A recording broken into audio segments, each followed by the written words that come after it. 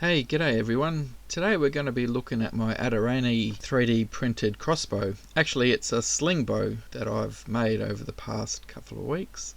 It was printed on my Ender 5 Pro 3D printer using PETG filament.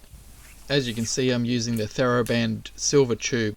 This 3D printed crossbow is the unlatched version, which means the cocking handle does not latch into the base.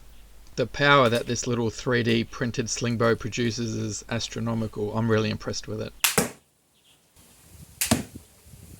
Now, I have heard people doubling up their rubbers or even using TheraBand gold straps, and this will produce a lot more power as well. Now, I've had to pack my cardboard box with a whole heap of foam just to stop the arrow bolts going all the way through.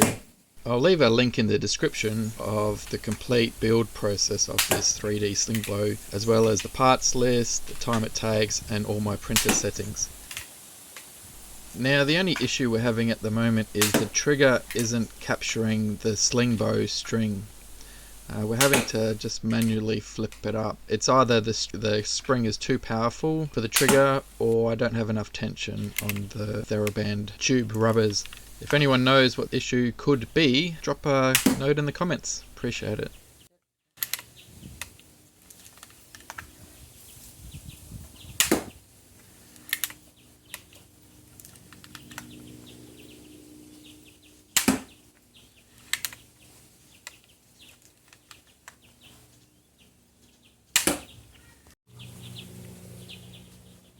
I recommend everyone to, if you're doing this build, to grab a red or green dot sight. These are excellent and will definitely make your Aderani more accurate. Now you can see this is the free floating cocking handle.